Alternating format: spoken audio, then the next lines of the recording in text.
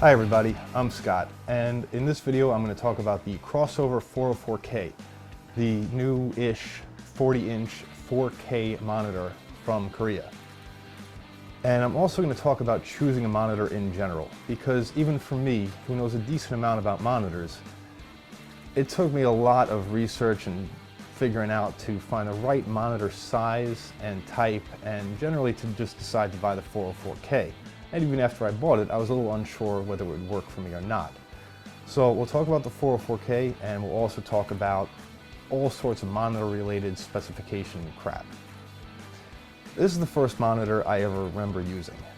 It's perched on top of an Apple IIe, and it has a 280 by 192 pixel display, in monochrome of course. And from there I moved up to an EGA display, which was 640 by 350 with 16 colors. And that's it.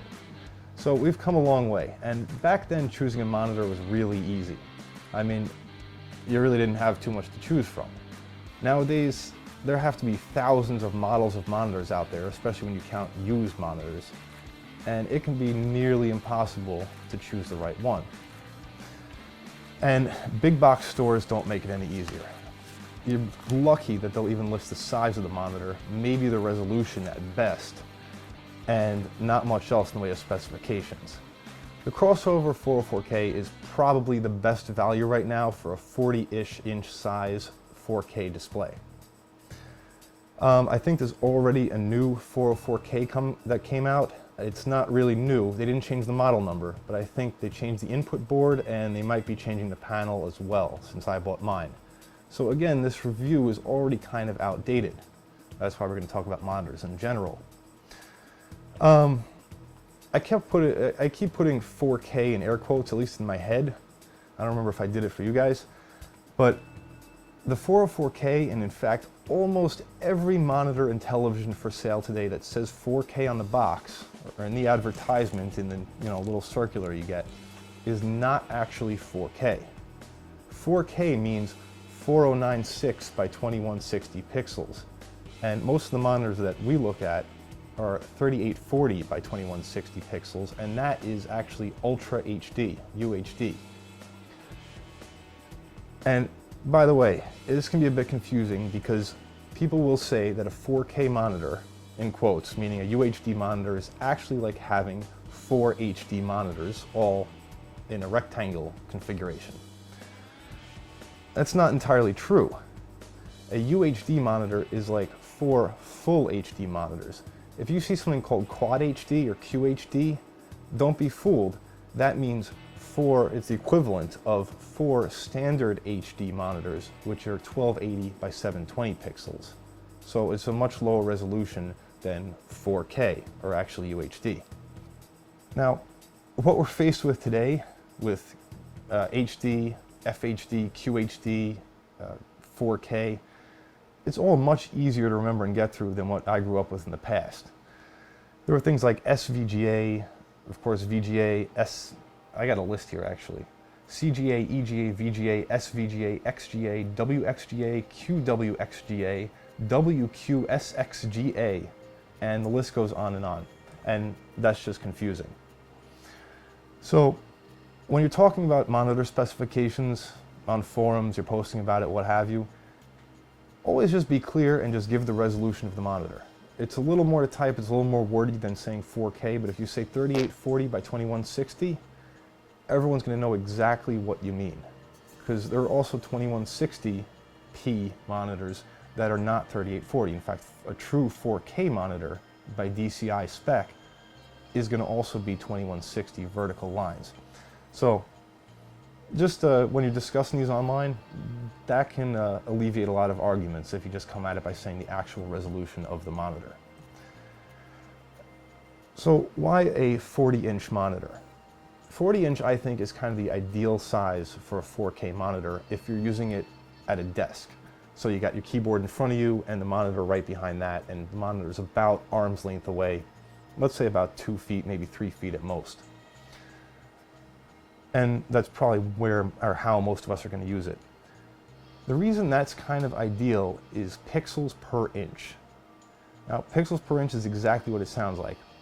If you have, let's say, a 1920 by 1080 screen, if it's 1920 pixels wide and you physically measure the width of the screen itself, not counting the bezel, just the screen, and you get that value in inches and you divide that into 1920, you'll get pixels per inch. So if, for example, you have a 1920 screen in width and it's about 19 inches wide, then you're looking at about 100 pixels per inch. Did I get that right? Yes, I did. And 100 pixels per inch, I think, is actually a great pixel density, because the pixels are small enough that you can just barely see them with your naked eye, or in my case with my glasses eyes, but not so small that they become invisible. Now, a lot of people, including you, might be yelling at me, but Scott, high PPI, higher pixel density has to be better. It's definitely better. Apple Retina displays, all the Retina means is that it's a high pixel density. And on smartphones and small devices like that, PPI can get very high. I don't know, 250, 350, I don't know if they're up to 400 yet. But the point is, that sounds very desirable. And really, pixels per inch, whether you want a high or sort of an average pixels per inch, comes down to what you're going to be using the monitor for and your personal preference. There's really no right or wrong answer. I'm just saying, for me, a 40-inch 4K monitor is a little under, I think, 100 pixels per inch. I don't even know the measurements exactly, I just know I'm comfortable with that, because I've compared it to other monitors with similar pixel densities that I already had, and I know I like it. So, just as an example, I'm going to show you some text here. This is what PPI means when you're actually looking at a screen. The higher the PPI, the smoother the text and the smoother the images. Now, this example I'm showing is exaggerated. Again, 96 PPI, that's about what I'm looking for. 100, 110 is good for me. And you can see there, the letter K looks really bad. The picture under it looks really blocky. It's not really that bad, because if you've used about a 23-inch 1920 by 1080p monitor, that's probably about 100 pixels per inch. Now, it shows 384 PPI.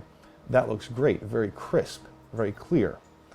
So, if you're using the monitor mostly for gaming or for watching movies and television, a high PPI is going to be great for you, as long as you have a modern operating system that supports good font scaling. Windows 7, for example, does not. Windows 10, OS X, certain Linux flavors will support font scaling nicely. Another thing you might hear about as far as monitor specifications go is dot pitch. Dot pitch is not the same, it's not equivalent to pixels per inch. Every monitor is composed, or every pixel in your monitor is composed of subpixels, red, green, and blue. And dot pitch is the distance between those subpixels. It's usually a very tiny number, obviously, because pixels are really small. And generally, though, the lower the number for dot pitch, the better. The tighter the subpixels are packed in, the more white a white pixel is going to look if you're looking at it up close, which you really shouldn't be looking at it that close, but trust me, a lower dot pitch is better.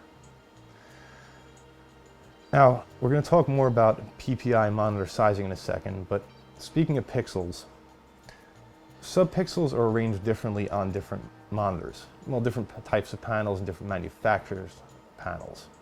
This is an actual picture of the Crossover 404K's pixel layout, and it's vertically striped. As you can see, blue, green, and red all go in a vertical line. And this is an actual picture I took of my actual monitor. This is the Philips panel. If they change the panel, again, it's going to be different. And this could come down to your preference. Personally, I've never really cared about subpixel layout. As long as the monitor looks good, I don't really care. I'm sure some are better than others. I'm sure in the comments you can give me a million reasons why one layout is better than another. So let's get back to font scaling and monitor size and pixel density for a second, and what that all means for you. One thing about a monitor, no matter which monitor you have, how big it is, how far away it is from you, you're going to need to scale the text or have the text scaled so that it's legible, so that even the smallest font on the screen is legible to you. Otherwise, it's freaking pointless if you can't read text on your own monitor. And so you're going to have a certain sweet spot for your own eyes where text is comfortable to read. And that depends on your eyesight as well as, I don't know, just the way your brain processes information. Let's say each line of text that's comfortable for you at minimum has to be 1/4 of an inch high physically. And again, that depends how far away your monitor is from you, but again, we're assuming an average desktop distance.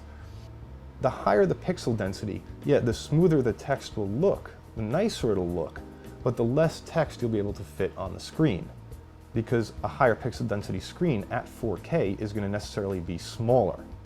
And the higher the density, the smaller the monitor, assuming the resolution is going to be 4K or UHD. So the smaller the monitor, the less text you can fit on the screen. So like I said, high pixel density, good for just gaming and watching movies and TV and general productivity stuff, like, you know, writing up reports, PowerPoint, Excel, that sort of thing. But if you're a software developer like me, a medium, you might want to call it a low PPI, is actually a great thing, and that's why I want a 40-inch monitor, like the 404K, because I can lay out my development environment full screen and still have plenty of room for text and plenty of room for a debug window, a project browser window, and all the other windows you have around a dev environment. Video editing is another great thing for a 40-inch UHD monitor, because you can view your full HD video at 100% scale and still have plenty of room for a timeline, an effects control panel, and whatever else your editing environment might have.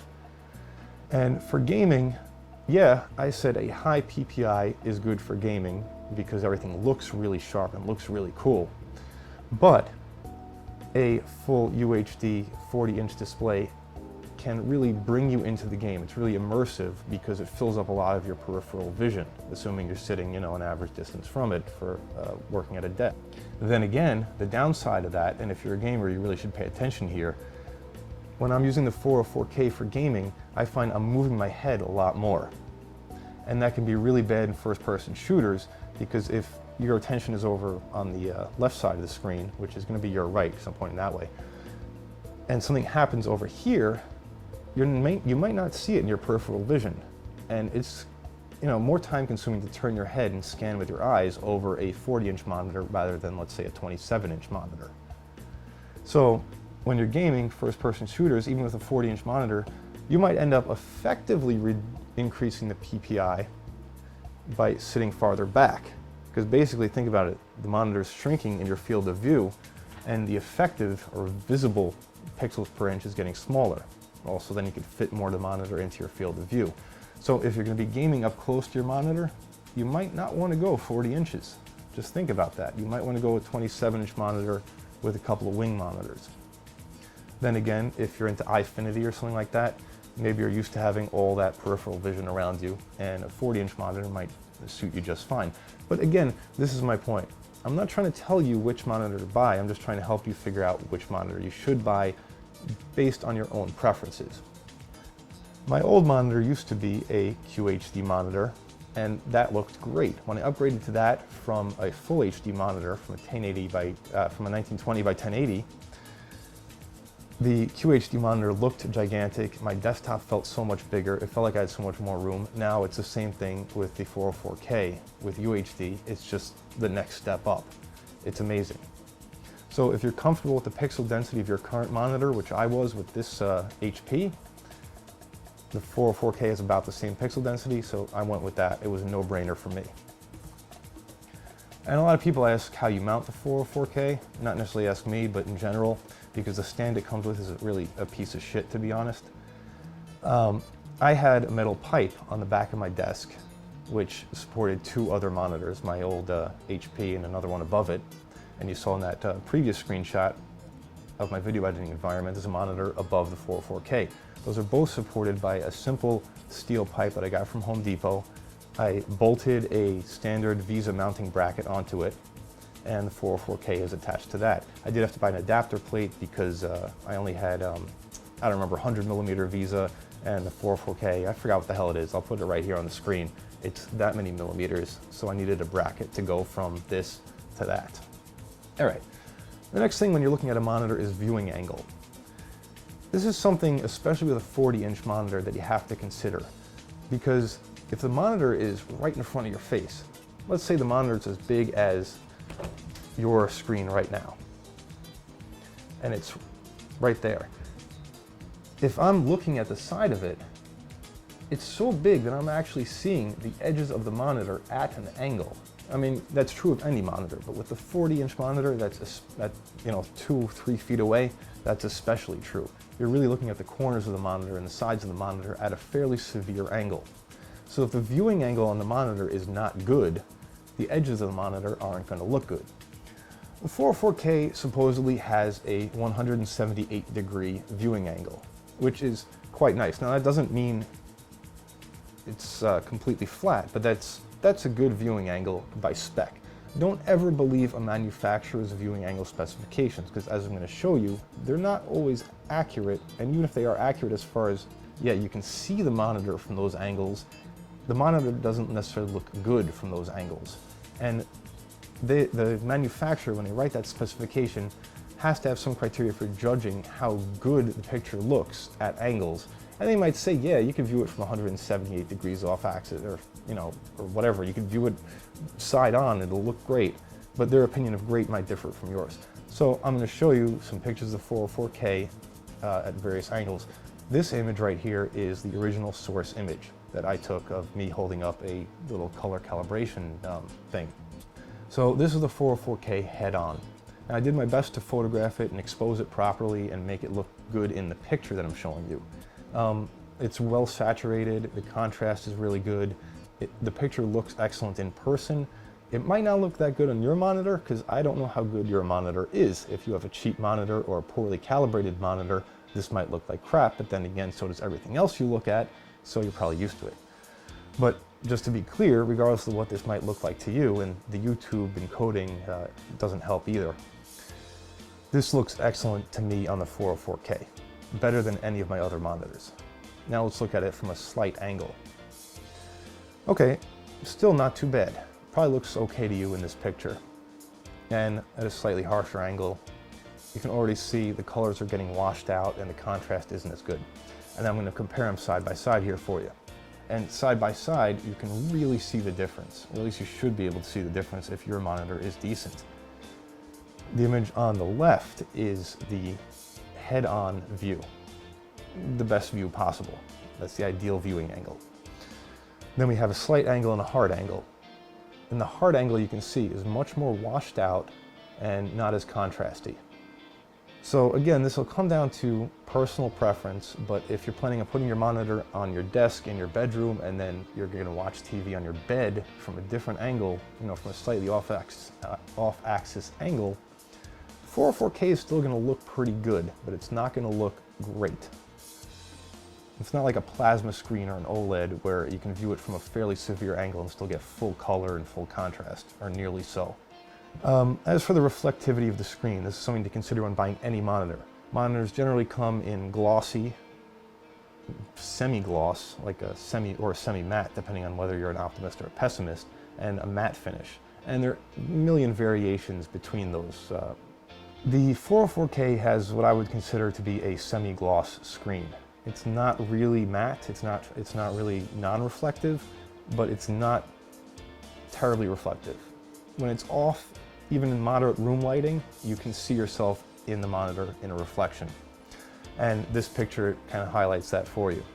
This is in my basement with just my regular room lighting on, which are 75-watt bulbs. It's not that bright. In fact, the light you see behind it kind of gives you an idea of how bright it is. When you're displaying stuff on the screen, even if it's not white, even if it's a fairly dark image, it's not that noticeable. It doesn't bother me at all. But if you're going to be using this in a bright room with a window behind you, it's something you definitely want to think about. Now, let's talk about monitor brightness in general. And this picture right here is showing backlight bleed. Brightness is basically just what it sounds like. It's like a light bulb, the amount of light that can shine out of the monitor into your face when it's at its brightest. That's usually the spec they'll give you. It'll be usually be in candelas per meters squared. And the 404K has a spec of 350 candelas per meter squared max brightness. Max brightness as far as I'm concerned, isn't as important as contrast or any other specification for the monitor because I use my monitor in a fairly dark environment. But if you're using in a bright room with a window behind you or near you, you probably want a really high max brightness. And 350 candelas per meter squared is not bad. It's pretty bright. In fact, I lowered it all the way down to its minimum brightness setting, and I calibrated it with the color calibration tool, and that was reading a brightness of 125 candelas per meter squared at minimum brightness, and that's still relatively bright. The monitors next to it, all 5 of these monitors are just displaying a black image. And you can see the other monitors have a pretty bad backlight bleed, especially the one below, but that's also because that's at a very severe angle, and it's a really cheap USB monitor. The 404K performs better than any of those other monitors. The one on the top and the left are ASUS monitors, and the one on the right is my old HP QHD monitor, which is actually a pretty good monitor. It's an IPS panel, which generally suffers more from backlight bleed. The 404K, while not the best I've ever seen, it's no plasma screen, its blacks are pretty damn black. This is at minimum brightness though, which is still again pretty bright. If you crank up the brightness, that's going to look less black. But in a bright room, you're going to notice it less, so it's really neither here nor there. I took this picture when the room was dark. Now, I just want to highlight the areas of backlight bleed because backlight bleed is generally worse around the edges of the monitor. And this nebulous blue shape, because it's kind of hard to see in the first picture of exactly where the bleed is worst, this shows where it is, and I circled areas where there are reflections. I don't want you to think that those are bad pixels or extra backlight bleed. So outside that nebulous blue cloud is where you really have the most backlight bleed. It gets hard to say. Aside from brightness, probably the most common monitor parameter you hear about is contrast. Contrast is the difference between the darkest area of the screen and the lightest area of the screen, or the darkest black it can display and the brightest white it can display. Monitor manufacturers and television manufacturers especially almost always list a dynamic contrast ratio when they're advertising their monitors. If you see something like this monitor or this television has a contrast ratio of 1,000,000 to 1, that's a ridiculous claim. That's their dynamic contrast ratio that they're telling you. And I think the 404K actually says that the manufacturer claims that it has a 50,000,000 to 1 dynamic contrast ratio, which even for dynamic contrast is kind of absurd. That can't possibly be true. I didn't measure it, but screw it, don't even listen to it. It claims to have an actual contrast ratio, a native contrast ratio of 5,000 to 1. That native contrast ratio, that's the number to look at when comparing screens. Dynamic contrast ratios have nothing to do with how good the screen actually is. 5,000 to 1 sounds like a great contrast ratio. I don't think the 404K has that great a contrast ratio. I didn't measure it because I don't know how to measure it. Its contrast is really good. Let's put it that way. I think it's really contrasty. It looks great. Its blacks are really black, its whites are really white. This is an actual shot of the 404K screen showing red, green, and blue bands going from absolute black to complete 100% saturation, or 100% luminescence for each of those color channels. What you're looking for if you look at this sort of test pattern is a continuous gradient from black to red, where you can see at every step along the way that it's a little bit blacker to the left of it and a little bit brighter or redder, greener, bluer to the right of it. In the dark areas, there's a fairly large bit of indistinguishable black where you can't tell that there's any red, green, or blue at all. And there's a fairly large swath of 100% red, green, or blue on the right side, where you can't see any banding, any differentiation between steps. Now, I did compare this to just about every other monitor that I have down here, which is a lot of monitors, and the Crossover 404K beat them all hands down. Most of these monitors are TN panels, and I'll get into what that means later, if you don't already know.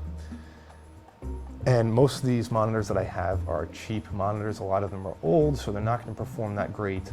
But this did perform better than the HP, I'll put the model number here because I don't know it offhand, that monitor, which was actually a fairly expensive, decent, professional grade monitor. Now, after contrast, what's the next thing you worry about? Color. For some people that might be the first thing you worry about, and that's fine, that's entirely up to you. Color can be a little bit tricky because it's first of all subjective and hard to measure objectively. You need expensive equipment to do so. But the most important thing nowadays, since we're sort of in a period where Ultra HD or 4K is new, is getting that 4K or UHD signal from your computer to the monitor. And you know there's a lot of discussion about whether you should use DisplayPort or HDMI, and you got to make sure you buy a monitor that supports HDMI 2.0 or DisplayPort 1.2. Now this video might be hanging out on YouTube for quite a few years, so by the time you're seeing this video, you might be worrying about HDMI 3.0 and DisplayPort 9. I don't know. But one of the things you should always make sure is that the connections that your computer supports, that your video card supports, are compatible with the connections that your monitor supports, or that the monitor you want to buy will support. So make sure that your video card can either output DisplayPort 1.2 at this time, or HDMI 2.0. Mine cannot do HDMI 2.0, but it can do DisplayPort 1.2. The reason you want that DisplayPort 1.2 HDMI 2.0 is for two reasons. One is you want 60 hertz of refresh rate. Unless you want more, that's up to you, but you want at minimum 60 hertz of refresh rate. You want full resolution, of course, full Ultra HD.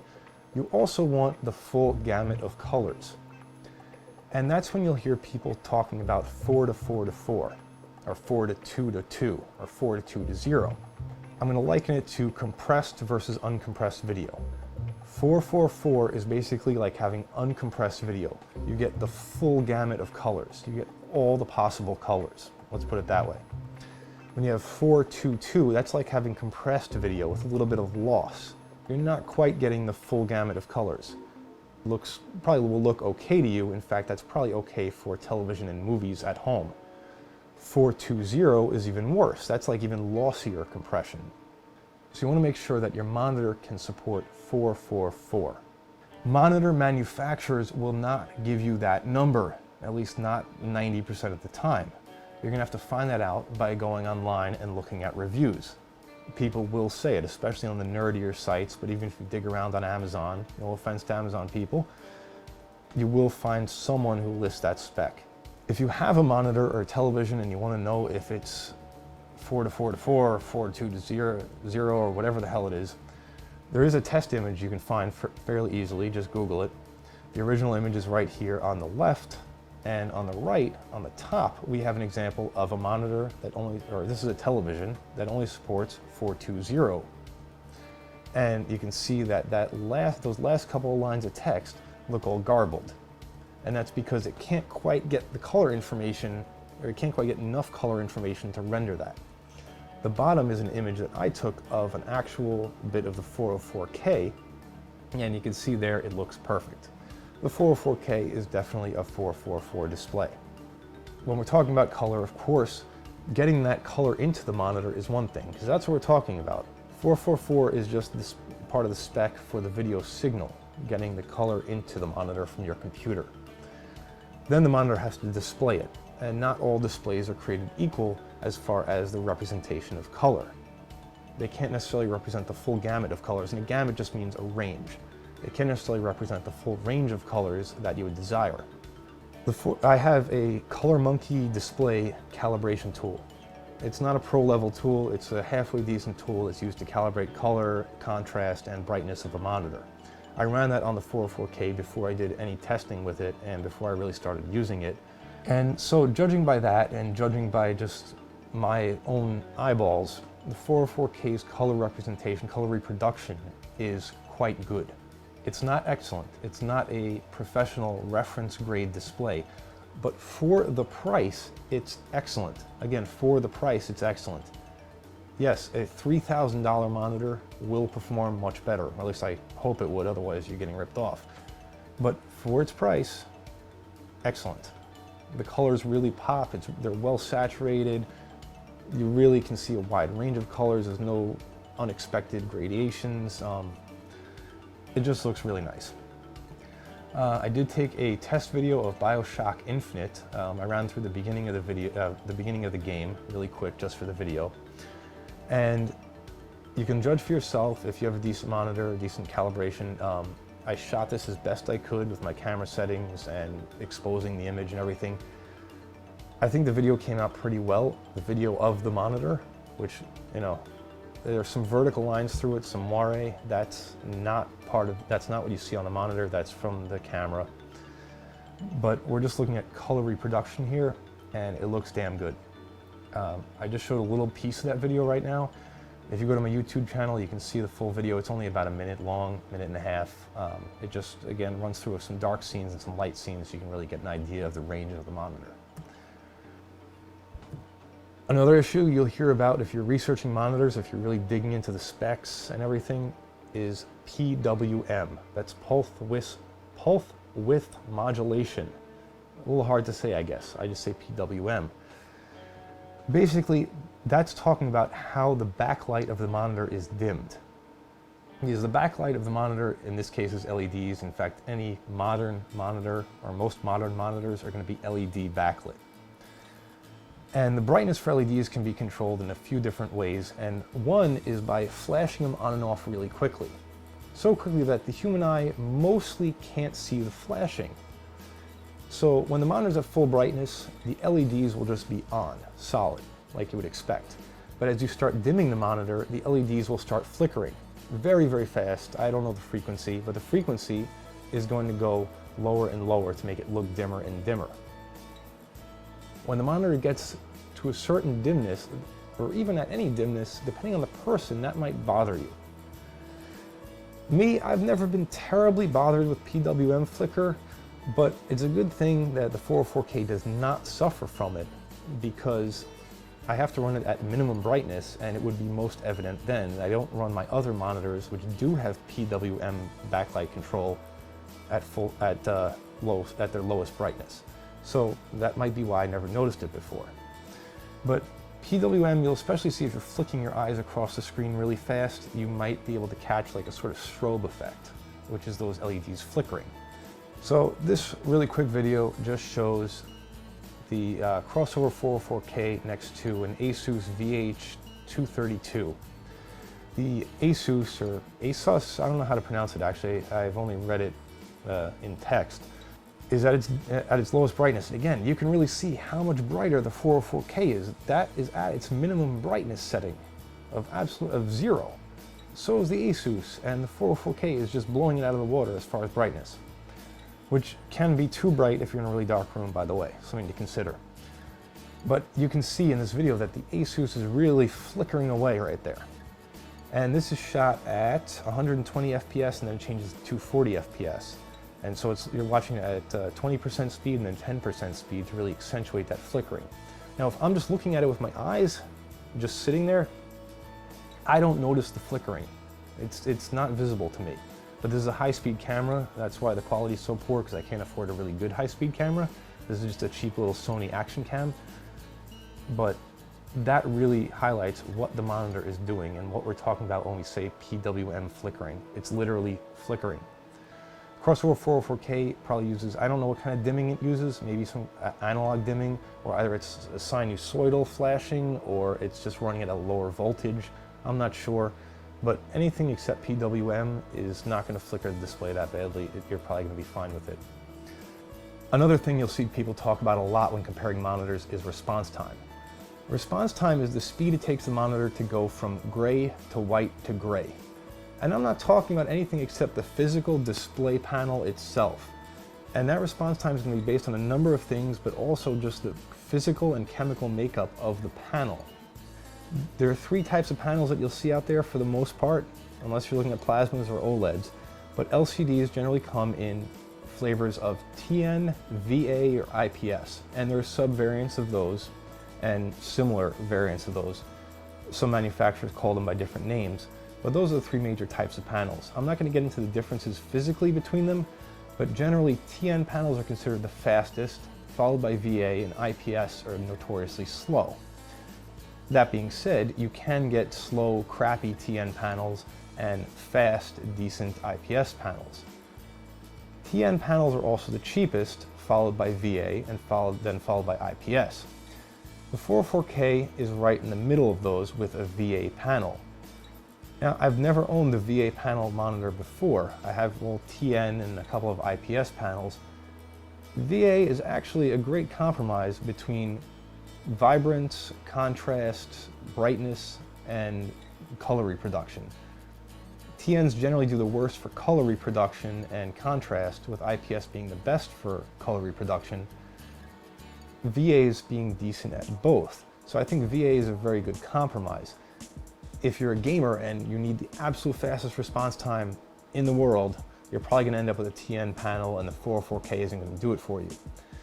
If you're an artist or a photographer or a videographer, you probably want an IPS panel because it's going to give you the best color reproduction. All things being equal, again, there are shitty IPS panels and really good TN panels, and they might overlap a little. The crossover has, as far as I can see, a pretty damn good VA panel. Again, I don't have much basis for comparison, but it looks really good. So I'm very happy with it, especially at this price. Even if it costs a little more, if it was the same panel, for example, in the Philips, which costs more because it's a reputable brand and it's in a nicer case, the panel is really good. Let me show you what response time looks like on the 404K. And the way you can see response time is there's a bunch of demo videos you can watch online, or Flash animations or HTML5 animations, and this is one of them. This shows aliens and UFOs running across the screen really fast. This footage is, and I'll put the link to this on the screen so you can check out your own monitor. When the response time is slow, what you'll see is a sort of, not really a blurred effect, but you'll see this alien UFO thing appearing in more than one spot on the monitor at once. Really, it should only appear in one place at one time. You'll see ghosting. You'll see the ghost of the alien before or after the actual brighter picture of the UFO. And that's because the pixels that were bright haven't completely changed to dark yet. And the pixels that are now dark are in front of the alien are about to change into bright pixels, or fully transparent pixels, I should say. I shot this at 240 frames per second, again using my crappy Sony action camera, which is fast enough, I think, that the time between the frames is 4 milliseconds. So this shows that there's really not much ghosting. It's really performing quite well as far as I'm concerned. Certain TN panels might perform better. I did it on my IPS panel and there was a lot of ghosting. It looked terrible. There's a great video from Tech Syndicate, which I'll link to, that basically goes through what response time is and how monitors work. They have a bunch of really good videos. If you haven't seen any of them, check them out. The other thing to talk about when you're talking about lag, because response time isn't really lag, but it can sort of equate to that. But the real thing when we're talking about lag on a monitor is input lag. Let's start from the beginning. When you're using your computer, let's say you move your mouse. Your mouse has a circuit board in it that processes signals, the laser shining off the table, or the LED shining off the table, sends that down a wire, USB cord.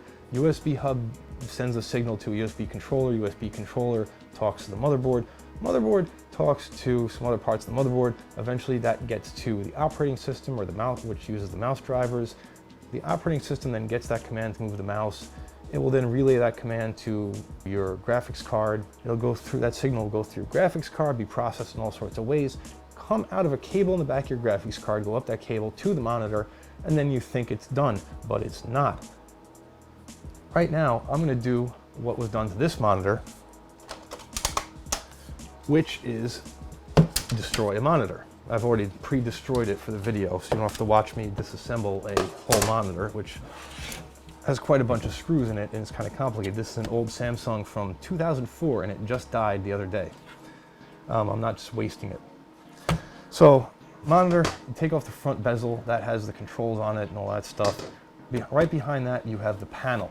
And that's what we're talking about when we're talking about TN, VA, all that sort of thing. The entire monitor is in no way, this entire box is in no way TN, VA, or etc. We're talking about the actual panel, this physical piece right in the front, which is separate from the case. So if you've never opened up a monitor before, this is generally what the panel will come out looking like. The panel actually has its own circuit board and some other crap associated with it. It will have the backlighting built into it. These little wires here are for the backlighting. This probably has CFL backlights because it's from 2004. And there's also a little input connector for the video signal. But the signal from your computer does not connect directly to this panel, because this panel does not know how to do things like change brightness or actually render an image, or render an HDMI or a DisplayPort image inside the monitor. And this monitor is from 2004, but modern monitors are pretty much set up the same way. You'll see two circuit boards here. This one is the power supply. The Crossover 404K has an external power supply, so it probably won't have a separate board inside. I didn't take it apart, I don't know for sure, but any monitor that takes a direct line voltage plug will have a power supply inside. That's not what we're interested in. What we're interested in is this board next to it, which is the input or controller board. This board, as you can see, this monitor just took a VGA signal. But the 404K, any other monitor out there has a board like this. It might be a little bigger because nowadays they do a lot more stuff than this one does. And it will have all the inputs on it. You'll see a VGA port maybe, a display port, an HDMI port, and whatever else. So that takes a signal in from your computer. Then this board processes it. Now, you might have spent a lot of money on your rig. You might have the latest i7 processor or Xeon processor. You might have the latest, I don't know what the hell they're even up to, 980 graphics card with, 6 gigs of DDR5. You might have a really fast system, but if this board right here is slow, that's going to mean that when you move your mouse, your game or your cursor on your screen is not going to respond right away. You're going to move your mouse, and then the cursor is going to move following it. Some monitors, especially televisions, a lot of people try to buy a television to use as a computer monitor because they're generally cheaper for the same quality. Like you can get a Samsung or a Sony 4K or UHD, whatever you want to call it, monitor. I want to call it UHD, for the same price or less than the Crossover 404K. Besides the fact that they probably don't support 444 full color, their input boards also suck. They do a lot of pre-processing of the video signal, and they're also not really made for speed, because when you're watching television, you don't really know if there's a 50 millisecond delay. You really can't tell because you're not controlling the video, but people with game systems do complain about that. If you hook your Xbox or your PS4 up to it, people might see a little bit of a slowdown. Don't let that fool you though, because this board doesn't have to work as hard even if it's a 4K display, because it's only processing 1920 by 1080 pixels, which is what, about 2 million pixels, as opposed to the 8 million pixels thereabouts on an Ultra HD display. So it can be very fast and it can be deceiving. You might hook your Xbox, your PS4 up to your television via HDMI, play and say, wow, this thing has a really low input lag, really low latency. This would make a great computer monitor. Yes, at 1920 by 1080. At 4K, it might make a terrible computer monitor. So the speed of the input board is important. And when you get input lag, this thing right here is why. It might also be because your computer's slow. But if you have a fast computer that can keep up with full 4K video or UHD video and gaming, this might be the culprit. There are things you can do to mitigate the slowness of this. Like I said, televisions especially, but monitors also pre-process the signal. They enhance the color. Dynamic contrast ratio is another way they're pre-processing the signal. They have to look at the whole signal to decide how they want to change the contrast. Good monitors, good televisions will have a mode in them that bypasses all that crap. The 404K, I'm going to show you the menu system later. I know this video is really long, but bear with me. Has an option to bypass a lot of the signal processing, and you always want that set to bypass. You don't want this board working harder than it has to, because these electronics they put in the back there, especially on a cheap monitor like the 404K, These are not going to be top-of-the-line electronics. They're going to be slow. You know, you're not talking i7 here, you're talking a Celeron. You know, equivalent. It doesn't literally have a Celeron processor. So even if the panel is good, you really want a good input board as well. And that will usually show up as low input latency or low lag. 404K's lag is very good. I'm not going to say it's fantastic. I'm not a Twitch gamer. There are tests online where you compare a time code displayed on the monitor you're testing to the time code on a reference monitor. Again, Tech Syndicate covers this very well. I'll post a link because I did not bother doing that. Because for an ideal reference display, you need a CRT. To do that test right, you also need to mirror the displays. In other words, display the same thing on both screens. The problem is, if you're mirroring the display, you have to use the lowest common resolution between the displays, most likely. But anyway, if you have a CRT that you're using as a reference, you're not going to be able to drive that thing at a full UHD signal. It'll have a VGA input, you're just not going to be able to do it. So that means you're going to end up running your 404K or whatever monitor you're testing at a lower resolution than its native resolution, and you're not going to get accurate test results. Because again, the board is going to be processing fewer pixels. So that's my quick rant about what a monitor is made of and why this little board in here is, I don't want to say as important, but almost as important as the panel in front of it. And again, old monitor right here, conceptually, all the same thing in modern televisions and monitors. Oh, my notes reminded me, some televisions, some monitors, instead of saying bypass, or in addition to saying bypass, they might also have a mode that says game mode. Game mode also generally reduces the amount of signal processing it's doing to reduce input lag, reduce input latency, generally making things snappier. Again, that's what you want. Let's discuss the inputs on the 404K. As you can see in this picture, it has DVI, DisplayPort, HDMI, and VGA, one of each, and an audio input. I'm not going to cover the audio quality of the monitor because it's a monitor and who cares?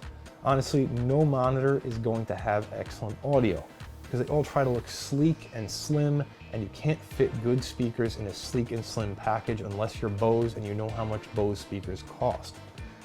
The inputs, the range of inputs I should say, on the 404K are not that great. I mean, there's one of each type of input.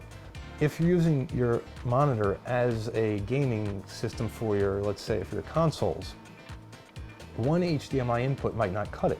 If you got PlayStation and Xbox and Wii U, you're going to need an HDMI switch box to attach to this thing. You're also probably going to want to plan on sending the video from your computer to the monitor via DisplayPort and not HDMI to leave that HDMI port free. VGA, kind of legacy. I like it because I have a lot of old computers and I sometimes need to test them out or display them somewhere. So I like having a legacy input. But VGA, pointless for UHD. It can do 1920 by 1080, it can do some other resolutions, but overall kind of useless for most people. You definitely do not want to be using that as your main computer connection. The cable that this comes with, it comes with a DisplayPort cable. I covered that in my unboxing. That cable is a piece of shit from what I heard. I actually tested it out, I used it, I didn't have a problem running at full UHD at 60 Hertz. Didn't have any dropouts, didn't have any artifacts, didn't have anything else. If you're having a problem with your monitor, whether it be the 404K or any other monitor, check your cable. Sometimes a cable can be good and it goes bad because either it got bent around too much or it was just very loose from the factory, and for whatever reason it just decided to come extra loose at, you know, one moment and suddenly your video looks like crap. That could be why. I did go out and buy, well, I didn't go out, I stayed at home and bought a monoprice cable from Amazon, which was very well rated. It's not the cable that people online were saying to buy. They were saying to buy the Acel cable. I don't know if this is even DisplayPort certified. It says DisplayPort 1.2 in the description. That's not always true. This cable has worked great for me. I've been using it for a month and a half. Again, full resolution, 60 Hertz, haven't had a single problem. It does not have gold-plated connectors. It is also $7.50 at this time. You should not be paying $100 for any kind of cable, any kind of digital cable particularly. Monster Cable is ripping people off for a long time, allegedly. I don't want to get sued, I don't want this video taken down, Monster Cable. Allegedly, they're ripping people off by selling really expensive cables that people do not need. A $7 cable, a $10 cable, that's about what you want to be spending, unless you're in a really high noise environment, which I'm not, and I don't mean audio noise, I mean electromagnetic noise. Then you want a really well shielded cable, it will be more expensive. If it's a long run, I'm running 6 feet, that's fine. If you're running 15 feet, if you're running 25 feet for whatever reason, you want a higher quality cable. It'll have thicker conductors for lower loss, it'll have better shielding, it'll cost a little more. It shouldn't cost $100 or hundreds of dollars. It should be reasonably priced. Go on Amazon, go on Newegg, don't buy these cables from big box retail stores. They're also a huge ripoff in general, allegedly. But enough about the cables. The 404K, the controls built into the monitor are terrible. Here's a picture of it. They're on the back right-hand side of the monitor. You have to reach your hand around the back of the monitor and kind of feel for the buttons if you want to see the menu while you're messing with it. Therefore, since the buttons are all indistinguishable by touch, you have to remember which is which.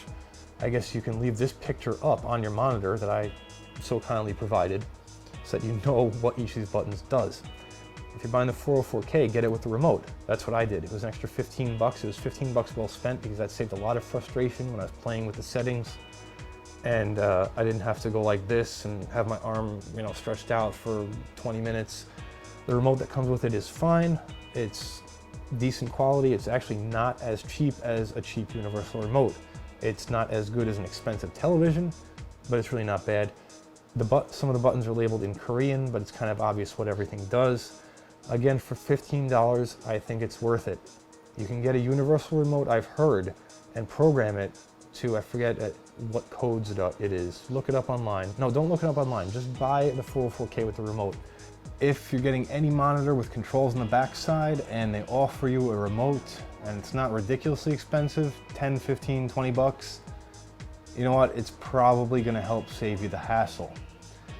Now, speaking of the remote and the controls, let's take a quick look at the 404K's menu system. And again, if you're not getting a 404K, I'm going to cover what you should and shouldn't look for in a menu system. And for this, I'm going to go to a voiceover. When you first take your Crossover 404K out of the box, the menu system will of course be in Korean. So to change it to English, go down to the last option in the first menu, first option in the second menu, and you'll see English. Which will be great for you unless of course you don't speak English, in which case you have no idea what I'm saying and it's irrelevant anyway. So here's a quick look at all the options in the menu system. You can change the input source, of course, it'll do it automatically. I don't know which one it prioritizes, I didn't test that and I apologize. Brightness, contrast, and dynamic contrast ratio on and off, pretty straightforward, available on most monitors. Color setting, it has a gamut setting, which is always a good thing. I found 2.2 works best for me. Picture mode, standard photo game movie. I think standard is probably the best one just because it's flattest. Color temperature, of course you can set your own, in addition to warm, cool, and whatever. And you can of course set your own red, green, and blue levels. Low blue light, since the manual is in Korean, I'm not exactly sure what that is, but obviously it removes or adds blue depending on how you set it. I don't know what the advantage of that is, honestly. If someone could comment, I'd appreciate it. And hue saturation you should be familiar with. Bypass, as I said, or as I'm going to say, you can turn that on and off. I would recommend bypass always being on, but here's where you can adjust sharpness, response time, noise reduction, whatever, uniformity compensation, super resolution, and dynamic luminous control. I'm not getting into any of those because, again, I recommend turning bypass on. That will give you the absolute best response time and input lag from this monitor. Aspect ratio, widescreen is a default. You could also have 4:3 or 1:1. I would not recommend anything except its normal aspect ratio, which is wide, which is 16:9. Audio mute, I just turned it on because I should have had it on the entire time. There's no reason to hear audio out of these terrible speakers. Multi-window, you can actually display all 4 inputs in different parts of the monitor. You can do either multi-panes or picture-in-picture. Here I've turned, I believe, picture-in-picture on. I don't have a signal coming to that, but you can see it's in the upper right-hand corner. The menu system is not exactly responsive. You can see I'm going through it slowly. That's not because I'm slow, it's because the menu will respond at probably at max that speed going through each option, which is kind of a hassle, but hopefully you set it up once and you're good to go. And that is just about it for the menu system, except I'm going to go down to other over here, and of course that has language. You can tweak the horizontal and vertical position, on-screen display transparency and timeout, and rotate it, of course, if you have your monitor in portrait mode. Sleep mode I would leave off because your computer will control the sleep state of the monitor. Well, thank you, VoiceOver Scott. So now let's talk about Korean off-brand monitors, which is what the Crossover 404K is. There's also AMH, there's Wasabi Mango, which is the weirdest freaking name I've ever heard for an electronics company. These Korean off-brand monitors, and they don't have to be Korean, it's just it seems to be that Korea produces a lot of off-brand monitors, and that's South Korea, by the way. North Korea, they produce nothing but dread and misery.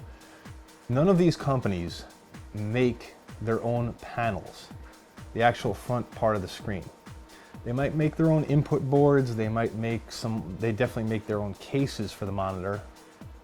Making an LCD panel isn't like making a car. Like if Toyota makes a car and a part of the car is screwed up, like the driver's seat, the fabric has a rip in it, they're not just gonna throw the whole car out and start over because they can just either replace the seat or replace the fabric.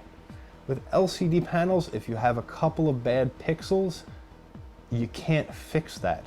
That's baked into the monitor. That's actually part of the monitor's physical makeup at that point, and there's nothing you can do about it. So companies that actually make panels like Samsung, Sharp, Sony, they could just throw all their bad panels in the garbage, but that would be hugely wasteful. And there are going to be a lot of bad panels because making LCDs is very complex, and there's literally millions of pixels that all need to be perfectly right in order for the panel to be put into a Sony television that they're going to sell for a lot of money. So what the companies do with panels is they grade them. Let's say the A+ grade panels are their absolute cream of the production run, best panels from their factory. And they will put those in their top of the line monitors and televisions. So the most expensive Sony television might have the same panel as a less expensive Sony television, but the panel in the expensive Sony television will hopefully be an A+ grade panel. That is to say, the cream of the crop, the best of the best. The A grade panels, the slightly lesser grade panels, we're not talking panels with bad pixels here. We're just talking panels that maybe don't have the right contrast, don't have the right color reproduction, that are out of spec in some way that prevent them from being considered the best, but they're still really good. Those will be put in the cheaper televisions and monitors from that manufacturer, the actual manufacturer of the panel, like Sony, Samsung, or Sharp. Then you get into lower grade panels, panels which have more of a problem than just maybe the contrast is a little off, or the color is a little off, or it's a little bit uneven where it's imperceptible to the average user. You're talking panels that actually have contrast or color variations from one side of the panel to another. You're talking about panels with bad pixels, maybe not tons of bad pixels, but a few here and there. And that's generally considered the B grade stock. And there might be an A- grade, there might be a B+ grade. It depends how they're graded. Manufacturers might not even use an A, B, C panel rating system. The point is that the panels that are not good enough for Sony, Samsung, Philips, Sharp to put their name on, they sell those to the secondary market, which would be companies like Crossover, Wasabi Mango, AMH, or any other monitor brand that you haven't really heard of, or any monitor brand, in fact, that doesn't make their own panels and sells cheap monitors. So that's why I've said already in the video that the 404K has a Philips panel made by Philips. And that is Philips's B stock. That's why you get complaints a lot of the time from people with 404Ks or AMHs where they have bad pixels.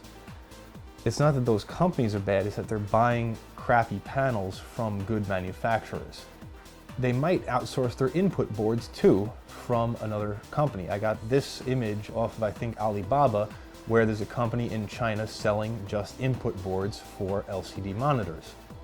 So if you want to be assured that you're getting an absolute cream of the crop panel and a competently made input board, you want to buy something from the major manufacturers. And like I said before, you're going to be tempted to buy a television from one of those guys because the televisions are generally, for whatever reason, a lot cheaper than monitors, even though they're more complex. It's probably because they can sell a lot more televisions than they can monitors. And name brand monitors are also going to look a lot better. The 404K is not badly made, but it's definitely not as sleek as a high-end monitor from a major brand. The biggest disadvantage of these Korean or other off-brand monitors is that you have to buy them from overseas, unless of course you live in Korea. I live in the US, if you couldn't tell from my accent, so I had to have it shipped direct from Korea. The 404K is not available in retail stores here.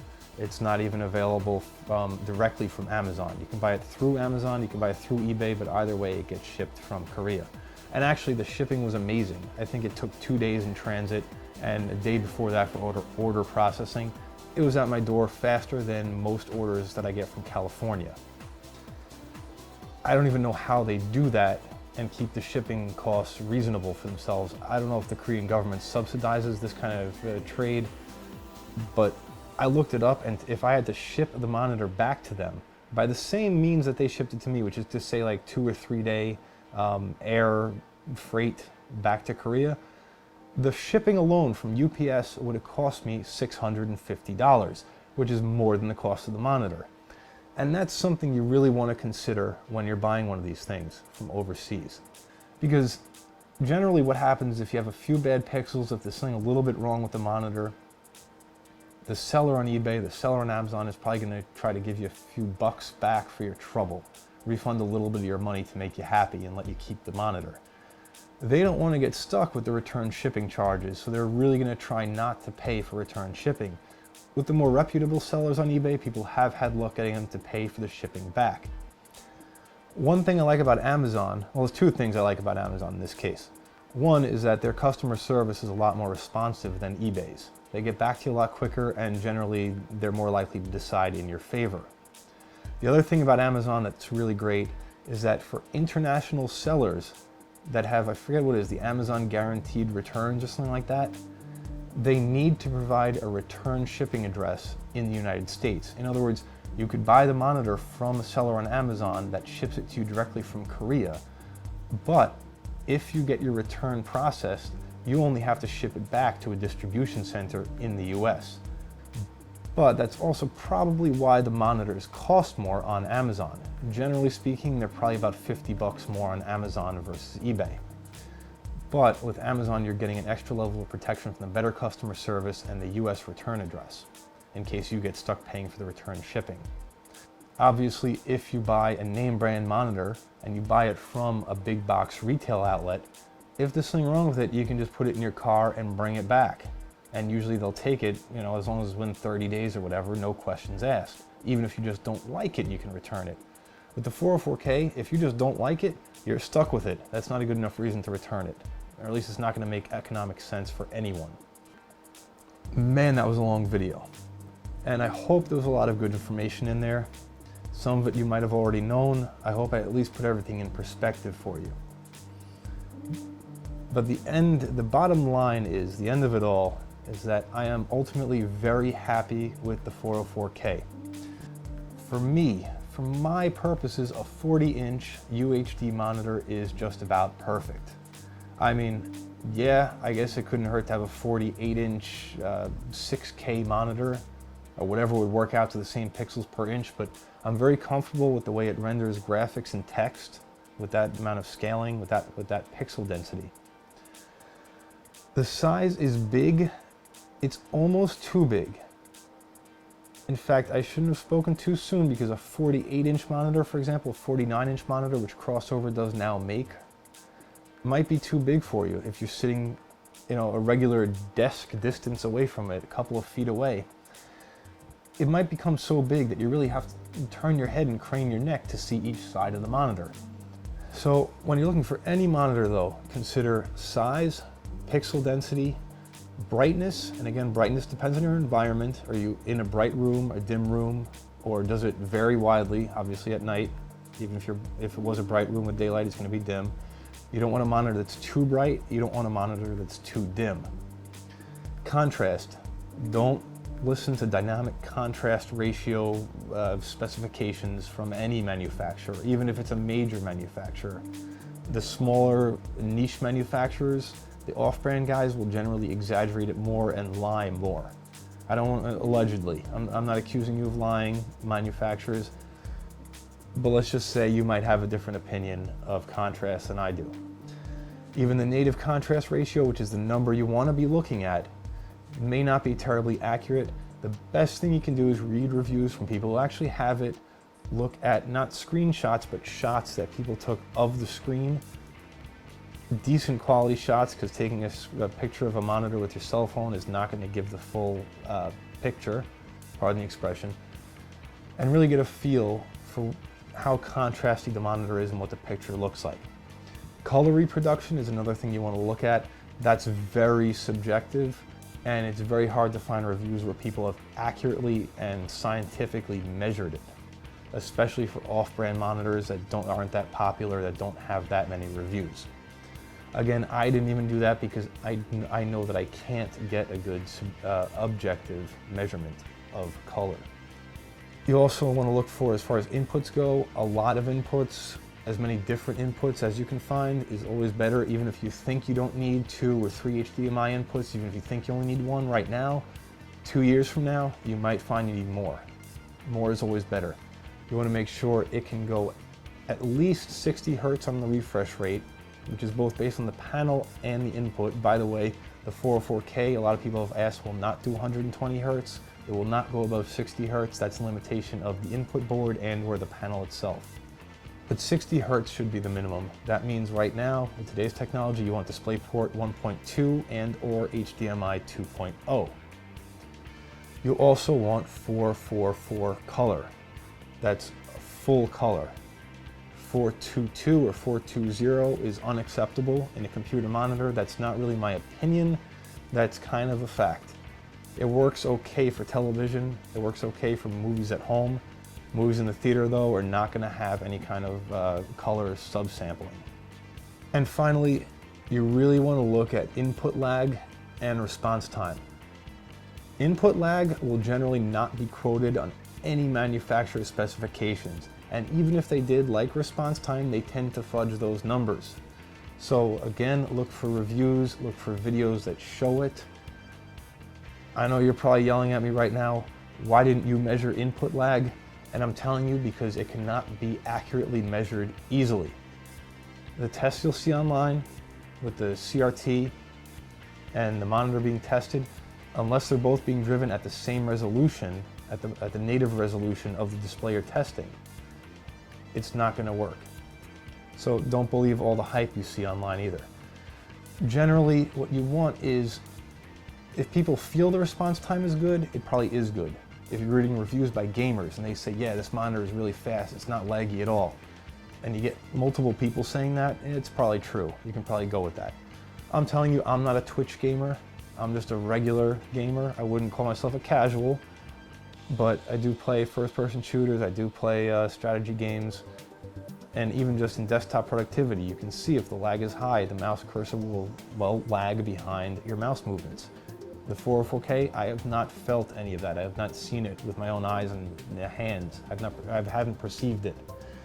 Now, you might have a faster eye-to-brain connection than I do, and you might be more sensitive to lag.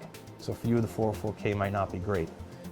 But I think you'll be happy with it. Most people so far, all the reviews I've read, people have been happy with it as far as lag goes.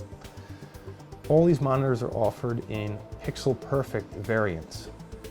Pixel perfect usually means, and you have to read the fine print by the seller, but pixel perfect usually means that there are no dead bright pixels.